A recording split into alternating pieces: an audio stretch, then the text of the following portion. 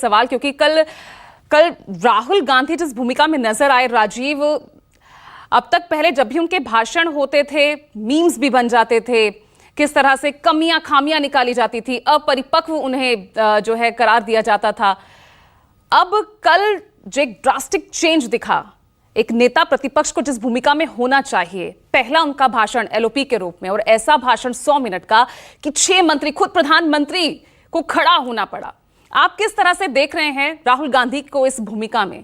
क्योंकि हमने उनके 20 साल के संसदीय इतिहास को भी देखा है, सिर्फ 99 सवालों पूछे थे, 26 चर्चाओं में वो शामिल हुए, लेकिन अब वो निरंतरता, ये जो पहला भाषण है, क्या वाकई दिखा दिया एक मजबूत विपक्ष की बानगी क्या होती है? अगर सत्ता पक्ष, अगर बीजेपी, अगर बड़ी सबसे बड़ा दल सत्ता पक्ष में 272 में नहीं होता है, तो यही तस्वीर होती है, यही दिखाने की कोशिश।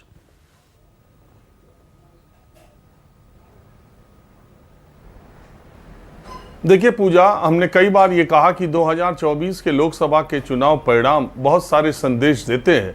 उसमें एक संदेश ये भी है कि विपक्ष को जो ताकत मिली है वो आप संसद में दिख रही है। पहले जो आपने कहा कि राहुल गांधी, पिछले 10 वर्षों में राहुल गांधी को मजाकिया तौर पर, उनके हल्के तौर पर, उनके गैर जिम्मेदाराना बयान, बीजेपी लगातार उनको गैर जिम्मेदार नेता, हल्का नेता, मजाक। चल हो जा शुरू। केसरिया से मन जोगी हुआ रे, दिल झूमे देखो पतवारा हुआ रे, दिल झूमे देखो पतवारा हुआ रे। हर पल मनाओ केसरी त्योहार।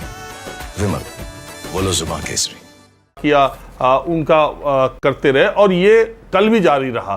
भारतीय जनता पार्टी ये दिखाने की हमेशा कोशिश की है कि राहुल गांधी ने गैर जिम्मेदाराना बयान दिए हैं और वो हल्की बातें करते हैं। ये तो बात हो गई, लेकिन सवाल ये है कि जो नतीजे आए उससे विपक्ष का हौसला किस लिए बढ़ा हुआ है, वो साफ है फर्क। बात यह है कि जितनी रीजनल पॉलिटिकल पार्टीज हैं देश में, और जो प्रधानमंत्री मोदी और भारतीय जनता पार्टी के खिलाफ 2024 में चुनाव लड़ रही थी, उन सबको बीजेपी के मुकाबले सफलता मिली है। उनकी सदस्य संख्या बढ़ी है उनको बीजेपी को हराने में। चाहे आप पश्चिम बंगाल में ममता बनर्जी को देखें, चाहे आप बिहार में बहुत कम सीटों के बावजूद भी आरजेडी की सीटें बढ़ी ही हैं। जहां 40 में 39 सीटें एनडीए को पिछली बार थी, वो इस बार 30 पर रुक गई। तो इसके 10 सीटें आपको इंडिया गठबंधन को मिली हैं। तो उत्तर प्रदेश में समाजवादी पार्टी सबसे बड़ी पार्टी के तौर पर है। आप एनसीपी को देखें, आप उद्धव ठाकरे गुट को देखें, तो ये सारी, और कांग्रेस पार्टी की सीटों में भी इजाफा हुआ। तो जो लोग भारतीय जनता पार्टी से लड़े उन सबकी सीटों में इजाफा हुआ। तो अगर चुनावी नतीजों को देखें तो नीतीश कुमार अगर बीजेपी के साथ नहीं आते ऐन वक्त में, और उड़ीसा में 20 सीटें भाजपा को नहीं मिलती, तो शायद आंकड़ा 200 के आसपास होता। तो ये जो ताकत मिली है विपक्ष को बीजेपी से लड़ करके इस बार, वो आपको संसद में दिखाई देगी सदस्य संख्या के तौर पर। और जहां तक राहुल गांधी का सवाल है, विपक्ष के नेता के तौर पर अब उनको बोलने की आज़ादी है, हर जगह उनको बोलने का मौका मिलेगा। शायद पहली बार इस देश ने देखा होगा, 10 साल में पहली बार, मैंने तो नहीं देखा, कहीं और किसी ने देखा हो कि किसी विपक्ष के नेता ने, राहुल गांधी की बात छोड़ दीजिए, किसी विपक्ष के नेता ने लोकसभा में चर्चा के दौरान अपना भाषण दिया हो और उसमें प्रधानमंत्री, गृह मंत्री और रक्षा मंत्री बीच बीच में रुकें और उठें और अपना एतराज जताएं। कल ये राहुल गांधी के भाषण में हुआ। अब इसकी दो बातें हैं, ये या तो राहुल गांधी की बातें भी भारतीय जनता पार्टी को बहुत असहज कर रही थी, प्रधानमंत्री को बहुत असहज कर रही थी, और राहुल गांधी अपना मैसेज देने में कामयाब हो रहे थे, इसकी बेचैनी थी, जिसकी वजह से उनको संसद में प्रधानमंत्री ने 2 बार, गृह मंत्री ने 2 बार, रक्षा मंत्री ने उनके भाषण पर बोला। इसके अलावा 3 उसके बाद अमित शाह गृह मंत्री के ऑफिस में बैठक हुई मंत्रियों की, सीनियर मिनिस्टर्स की। इसके बाद 3 मंत्रियों, बड़े बड़े नेताओं ने प्रेस कॉन्फ्रेंस की। योगी आदित्यनाथ ने उत्तर प्रदेश से प्रेस कॉन्फ्रेंस की। तमाम मुख्यमंत्रियों भारतीय जनता पार्टी के देश के अलग अलग कोने से राहुल गांधी को हल्का, गैर जिम्मेदार बताने में लगे रहे। तो या तो वो बीजेपी असहज हो रही थी राहुल गांधी के हमलों से, पहली बात ये, या तो राहुल गांधी कुछ ऐसी बातें कर रहे थे जो उन्हें नहीं करनी चाहिए थी, बीजेपी ऐसी अपेक्षा करती थी।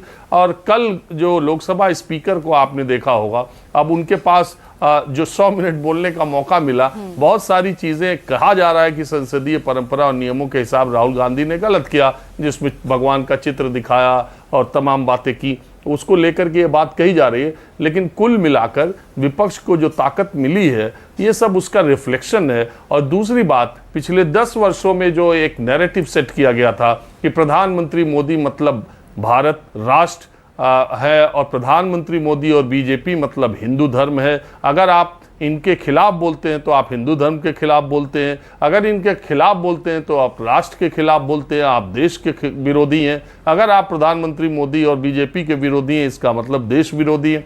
ये जो नैरेटिव सेट किया जा रहा था, उसको भोथरा करने के लिए राहुल गांधी ने, मुझे लगा कि ये बातें कही है। अब देश के सामने है सारी चीजें, अब इतनी ताकत मिली है, इतना मौका मिल रहा है, तो विपक्ष हर कदम पर सरकार को इस तरह से घेरने की कोशिश करेगी।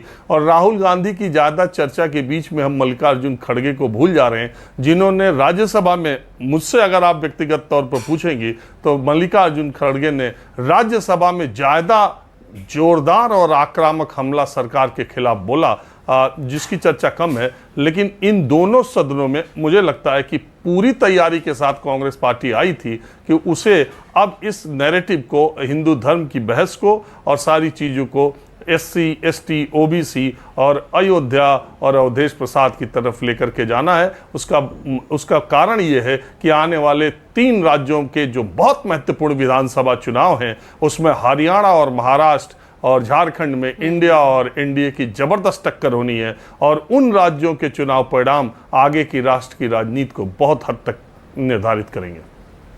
ठीक है, तो आपके इन्हीं, क्योंकि बहुत महत्वपूर्ण बातें संजीव ने भी और आपने भी कही है, इन्हीं बातों को मैं आगे बढ़ा रही हूँ और राजनीतिक